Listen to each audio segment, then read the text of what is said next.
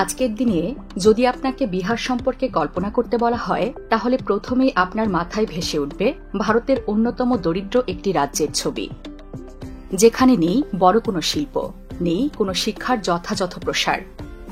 এছাড়াও রিলস জুড়ে ভোজপুরি গান, চটুল ভিডিওগুলো বিহারেরই একটি অংশের ছবি। কিন্তু ভারতের সবচেয়ে প্রাচীন জ্ঞানের ভাণ্ডার বললে যে নামটি আমাদের মাথায় আসে তা হল নালন্দা বিশ্ববিদ্যালয়।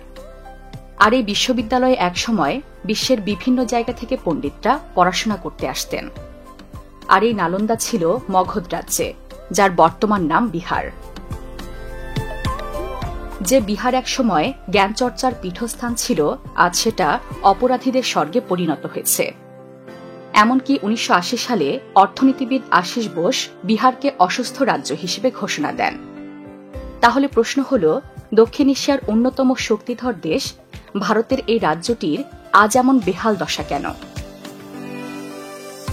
বিশ্বপ্রান্তরের আজকের পর্বে আমরা বিহার সম্পর্কে এমন অনেক প্রশ্নেরই উত্তর খুঁজব।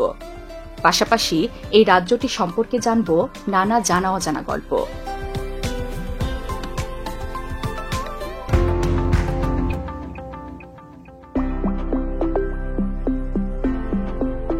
বিহার ভারতের উত্তর পূর্ব দিকে অবস্থিত।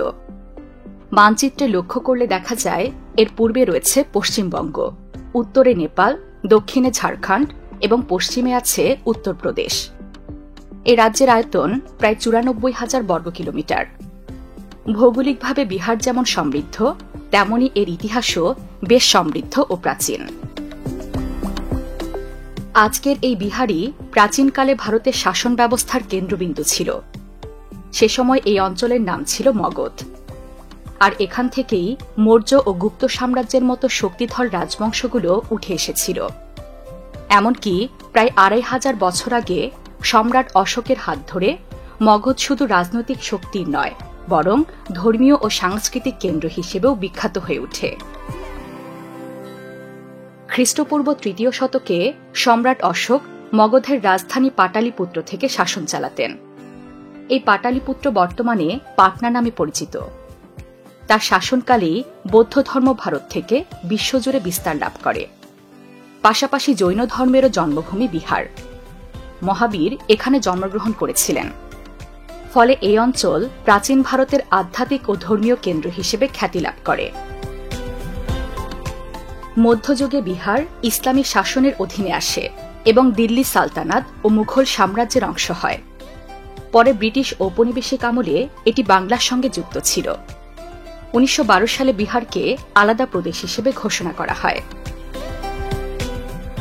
স্বাধীনতা সংগ্রামেও বিহারের অবদান গুরুত্বপূর্ণ। এখানেই শুরু হয়েছিল চাম্পারণ সত্যাগ্রহ, যেখানে মহাত্মা গান্ধী প্রথম গণ আন্দোলন পরিচালনা করেন। এই আন্দোলন ভারতের স্বাধীনতা আন্দোলনের মোড় ঘুরিয়ে দিয়েছিল। আজকের দিনে বিহার ভারতের রাজনৈতিক, সাংস্কৃতিক ও ধর্মীয় ঐতিহ্যের এক গুরুত্বপূর্ণ প্রতীক, যার ইতিহাস ভারতীয় সভ্যতা ও সংস্কৃতির মূলধারার সঙ্গে গভীরভাবে জড়িত। বিহারের সংস্কৃতি মূলত ধর্মীয় বৈচিত্র্য ও ঐতিহাসিক ঐতিহ্যে পরিপূর্ণ। সংস্কৃত শব্দ বিহারের অর্থ মঠ বা বাসস্থান, কারণ এ অঞ্চল ছিল বৌদ্ধ ও জৈন ধর্মের জন্মভূমি এবং অসংখ্য মঠ, স্তূপ ও শিক্ষাকেন্দ্রের কেন্দ্রস্থল। এখানকার নালন্দা ও বিক্রমশিলা মহাবিহার শুধু ভারতের নয়, সমগ্র এশিয়ার শিক্ষাকেন্দ্র হিসেবে খ্যাতি অর্জন করেছিল। লোকসংস্কৃতির ক্ষেত্রেও বিহার সমৃদ্ধ। ভোজপুরি, মৈথিলি ও মগধী এই ৩টি ভাষাভিত্তিক অঞ্চলের লোকগান, নৃত্য ও নাট্যধারা এখনও জনপ্রিয়।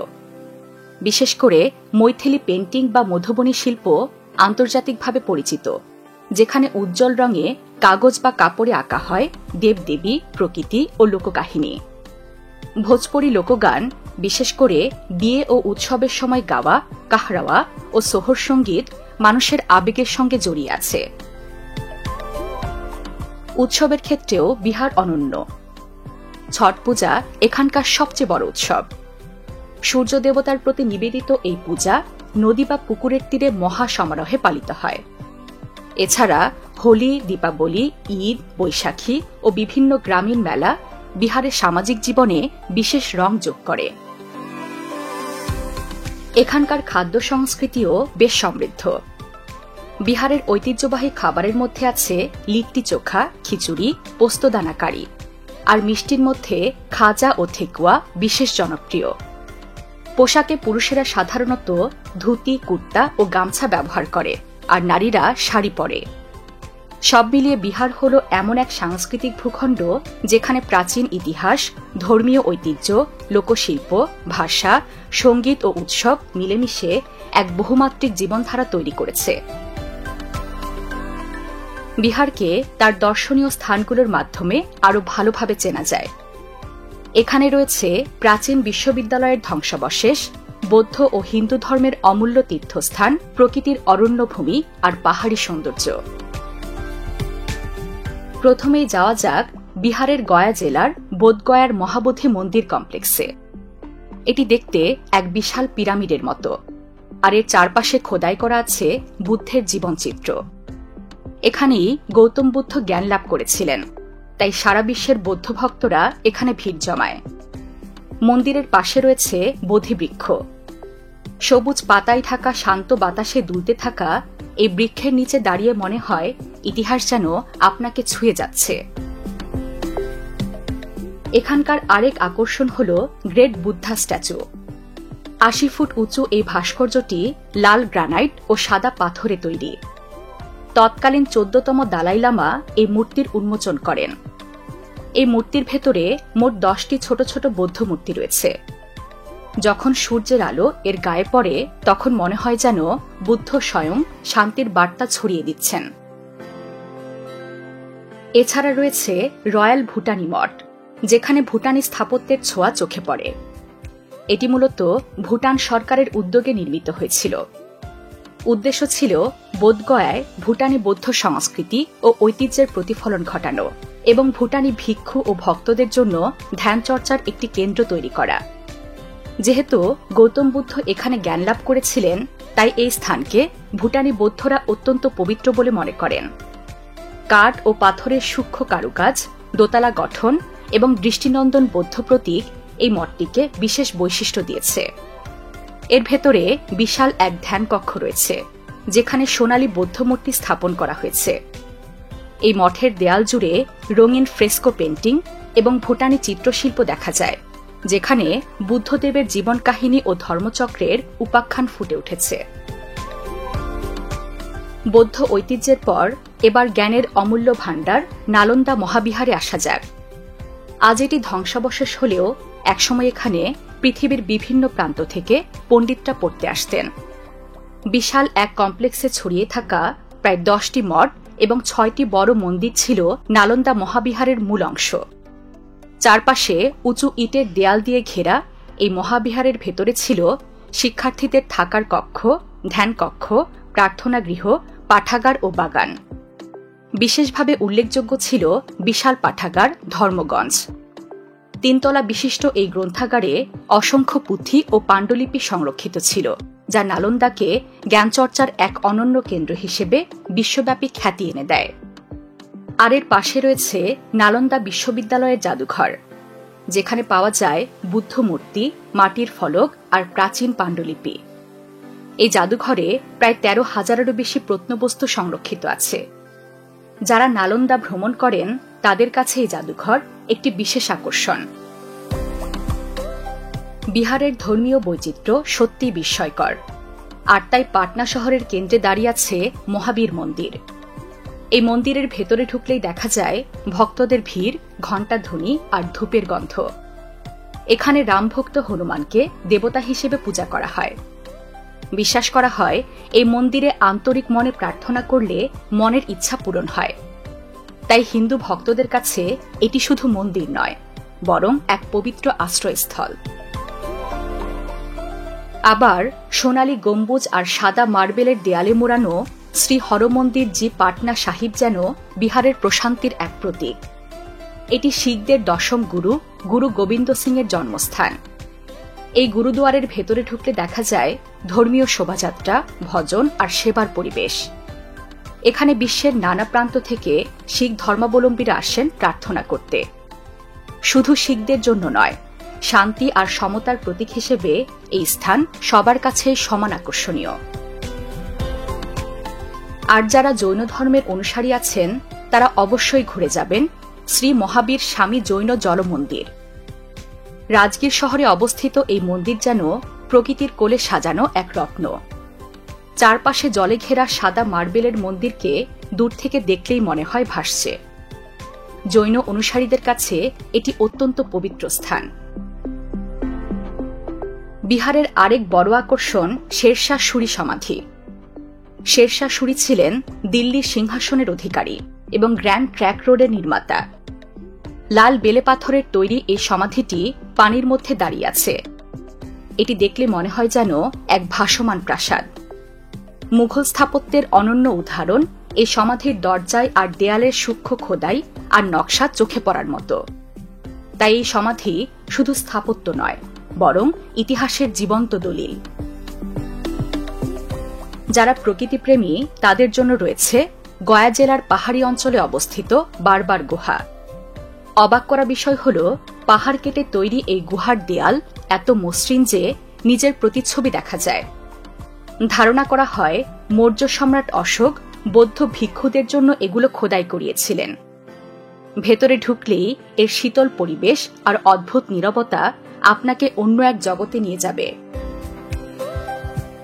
একইভাবে বিহারের উত্তর প্রান্তে অবস্থিত বাল্মীকি টাইগার রিজার্ভ হল প্রকৃতিপ্রেমীদের আরেকটি স্বর্গ। সবুজ অরণ্য, বয়ে যাওয়া নদীর ধারা আর পাখির কলতান পুরো জায়গাটিকে এক প্রাণবন্ত চিত্রকর্মে পরিণত করে।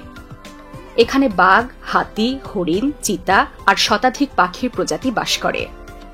সকালে সূর্যের আলো পাতার ফাঁক দিয়ে ঝরে পড়লে জঙ্গলের ভেতরে তৈরি হয় স্বপ্নময় পরিবেশ।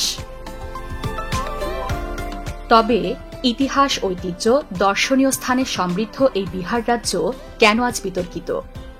খুন, ধর্ষণ, ডাকাতি বা যে কোনো ধরনের সহিংসতায় এই রাজ্য ভারতের শীর্ষে রয়েছে। পরিস্থিতি এতটাই খারাপ যে আজও যখন কোনো ট্রেন বিহারের মধ্য দিয়ে যায়, ডাকাতি হয়ে যায় ভেবে যাত্রীরা আতঙ্কিত থাকে। যেখানে ভারতের অন্যান্য রাজ্যগুলি প্রযুক্তি, শিক্ষা ও বিভিন্ন সেক্টরের দিকে এগোচ্ছে, সেখানে বিহার কেন ক্রমশ কাস্ট, অপরাধ এবং নোংরা রাজনীতির জালে আটকা পড়ছে? আর সবচেয়ে বড় প্রশ্ন হল, বিহারের এই পতনের জন্য আসলে দায়ী কে? বিহারের লোকসংস্কৃতি যেমন ভিন্নতা ও বৈচিত্র্যে সমৃদ্ধ, তেমনি এর রাজনীতিও এর দীর্ঘ ইতিহাসের সঙ্গে গভীরভাবে যুক্ত।